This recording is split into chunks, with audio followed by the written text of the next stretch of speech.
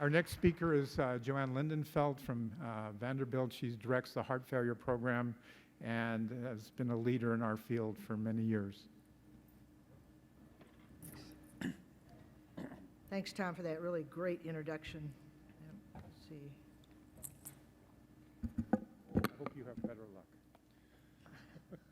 I hope so, too. So that was a great introduction. My job today is to tell you a little bit about the BeAT-HF trial, how it started, how it went through, and the long-term results. And first, I need to show you, let's see, can I get the slides to move here? There we go. Here are my relationships with industry. Just checking to look at that. And then we're going to talk today mostly about baroreflex activation therapy, but before we even look at this slide, I want to just talk about this little thing about why do we need devices in heart failure? You know, we've had great progress with medications. Why isn't that enough? And the reason that it isn't enough is that there are a bunch of things that medical therapy can't do or can't do completely. So what are those things? So you can be on optimal guideline-directed medical therapy and still have an episode of VFib or VTAC that medical therapy doesn't affect, all right? It makes it less likely if you improve with all that medical therapy. That's why we have ICDs, right? You can be on the best optimal medical therapy and still have a big left bundle branch block and have dysynchrony, and CRT can improve that. But there isn't any medical therapy that can go beyond the GDMT, and many people will still have that dysynchrony, and we clearly improve people with CRT. All right, we can do the best medical therapy we have and improve the EF and improve symptoms in heart failure with reduced EF, and we still have severe mitral regurgitation. And once you've optimized medical therapy, about 20% of patients still have that.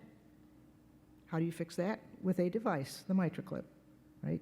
So now we have a lot of other devices that we're thinking about filling in these gaps that medical therapy can do, but not do completely.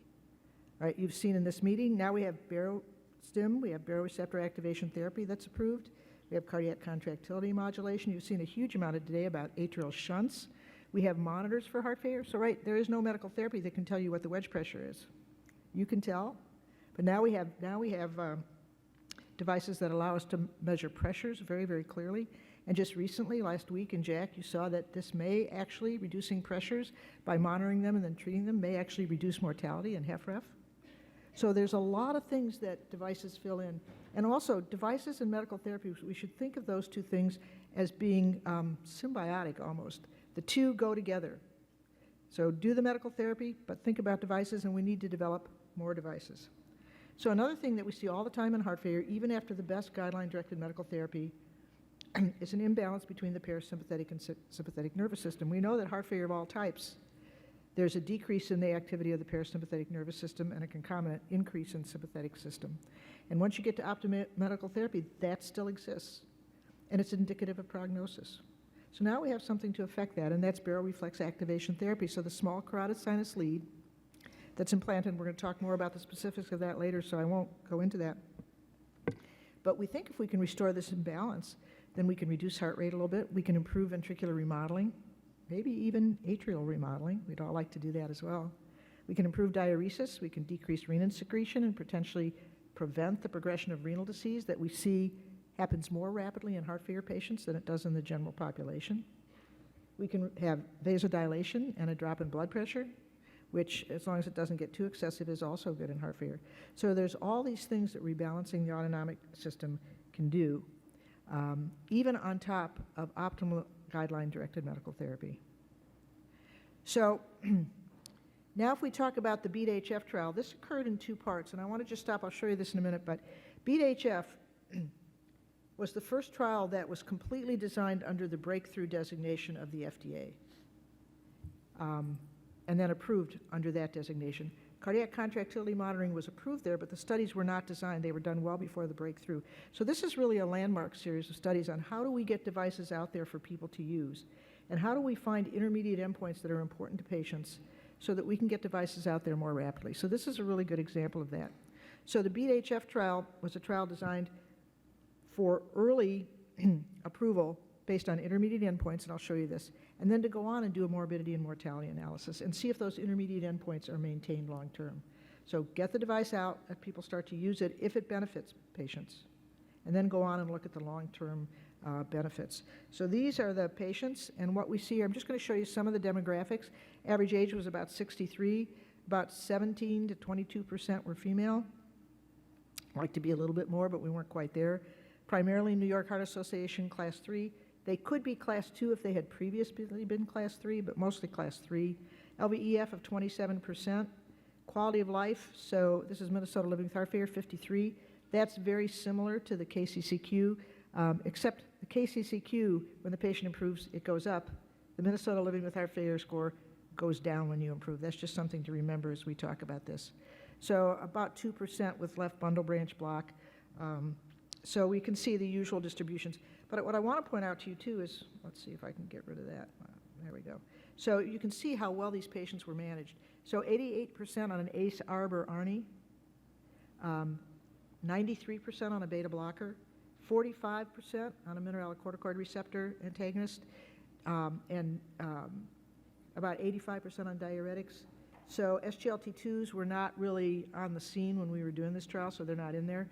But a really well-managed study in the United States in terms of guideline-directed medical therapy.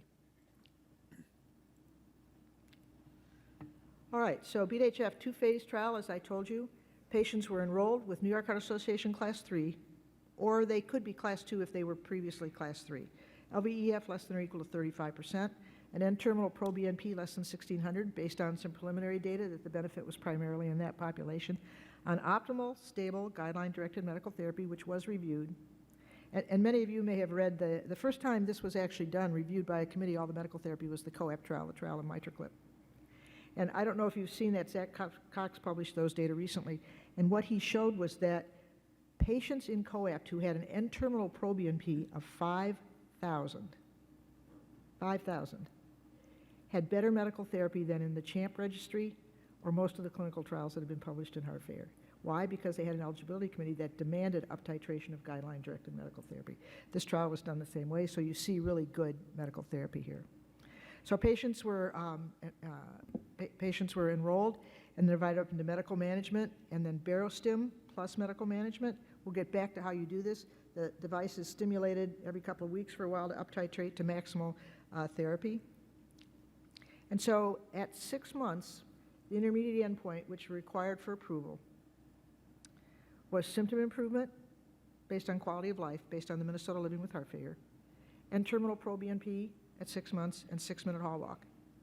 Now, all 3 of these had to be positive, not just one. You've seen some trials lately where quality of life is improved, but not 6-minute hall walk, not N-terminal proBNP. In this trial, all 3 intermediate endpoints had to be positive individually for the device to be approved at this intermediate endpoint, and they were. All 3 were improved, and thus the FDA approved Barostim for the symptomatic improvement of patients with heart failure with these same inclusion criteria. And then more patients were enrolled so the study could go on and look at long-term morbidity and mortality. And that was the second phase, to look at safety for 6, 12, and 24 months. CFE death and hospitalization, which I will show you, did not show a benefit. A decrease in all-cause death, LV, or transplant, not mortality all by itself, but those put together in a secondary review suggested that it looks like there is probably a signal, not statistically significant, but a signal. And then a win ratio, which wasn't done at the time of the primary trial, but a win ratio that was redone suggested that if we looked at a win ratio in the way it's usually done now, mortality, morbidity, that is mortality and heart failure hospitalizations, and quality of life, that would have been significantly positive. So let me just go through those data for you for just a minute. So here we see the primary composite endpoint of the long-term study after we had the intermediate approval, and we see that for CV mortality and heart failure morbidity, there was no difference. This was a disappointment for us. We expected to see a difference, and there wasn't. And we are still evaluating that. There was a huge effect of COVID, but I don't know, none of us know why yet, so we're still working on that. So anybody who has any ideas there, we'd love to see that. But there was no overall effect on morbidity and mortality.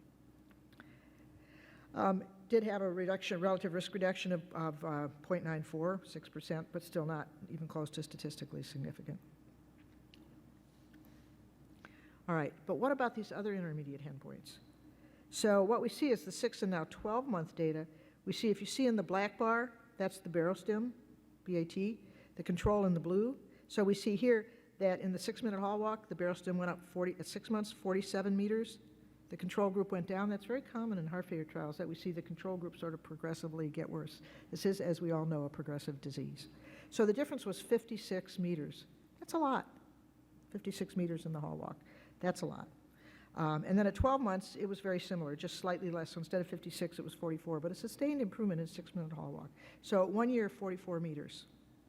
All right, so I want you to look down in the right-hand corner and compare that to our old ICD trial. And I want you to remember that way back when CRT, we now think of CRT, cardiac resynchronization therapy, as the therapy that reduces hospitalizations and improves mortality, right? We all think that. But it was originally improved due to intermediate endpoints, such as quality of life and exercise. That's how CRT got its original approval. And so if you look at the change in 6-minute hall walk in Contact CD or Miracle, 2 of the early CRT trials, it's very comparable to what we see with baroreflex activation therapy, 39 and 29 meters. How about quality of life? Sometimes we now call this health status, so let me just stop for a minute and go back to compare. We see a lot about KCCQ now, which we've all seen. And then this was Minnesota Living with Heart Failure. So Minnesota Living with Heart Failure, if you go down, that's an improvement. KCCQ, the improvement is a score upwards. But they're very similar in terms of the degree of scores, right? One difference is the KCCQ is proprietary. You can't calculate it. Only the company can calculate it, right? I mean, if you could, if you had the formula, but you don't. But Minnesota Living with Heart Failure is out there. The FDA has said that both are equivalent in their view for studies, that the KCCQ and the Minnesota Living with Heart Failure are very good health status measures. This is called quality of life, but I think we sort of need to call it health status, because a lot of things can affect your quality of life. For example, just to go back to this, if you had an LVAD, your shortness of breath is going to be substantially better. But if you're having a chronic GI bleed, your overall health status isn't any better. So we have to think, both Minnesota Living with Heart Failure and KCCQ are disease-specific quality of life measures. That is, they measure heart failure. They may not measure other misery. They measure heart failure. So it's always nice if you have one of these substantiated by a more general health measure. So, but we see here, Minnesota Living with Heart Failure, 10 points difference at 2 years. So with KCCQ, and again, the scores are fairly similar, have been shown to be very similar. And in fact, KCCQ may be a little better at predicting hospitalizations, Minnesota a little better at predicting mortality, but they're very similar. So for KCCQ, for example, it's been shown that a 5-point difference pretty much correlates with mortality. So here we have a 10-point difference at 1 year. And the early improvement is sustained. And functional status, New York Heart Association class.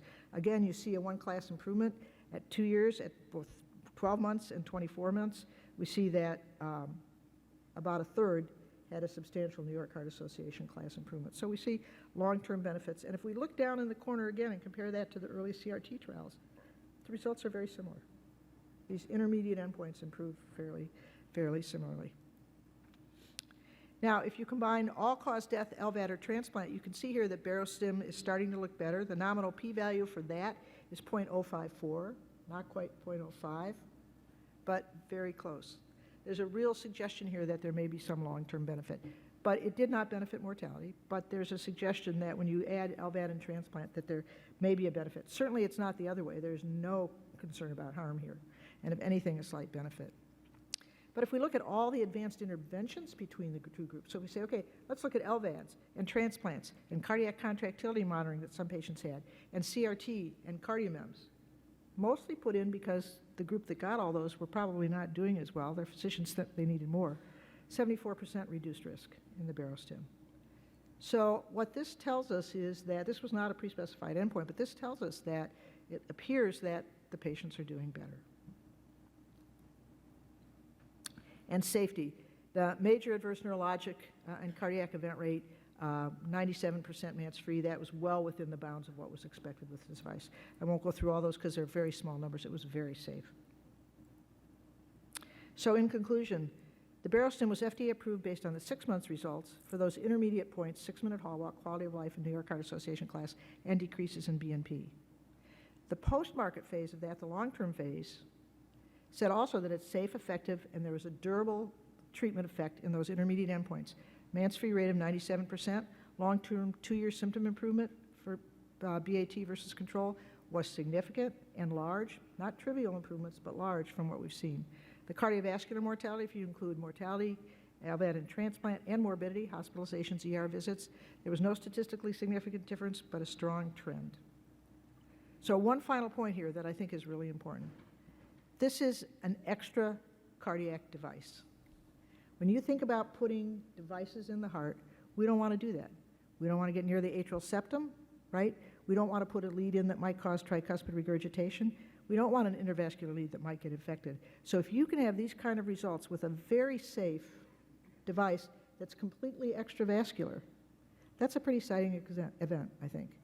So I think it's important. There's only so much real estate in the heart, and we don't use any of it with baroreceptor activation therapy. So thank you very much.